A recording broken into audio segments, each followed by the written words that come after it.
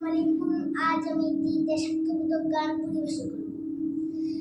এক নদী রক্ত পেরিয়ে বাংলার আকাশে রক্তিম সূর্য আনলি যারা, তোমাদের ঋণ কোনদিন শোধ হবে না, না না না শোধ হবে না।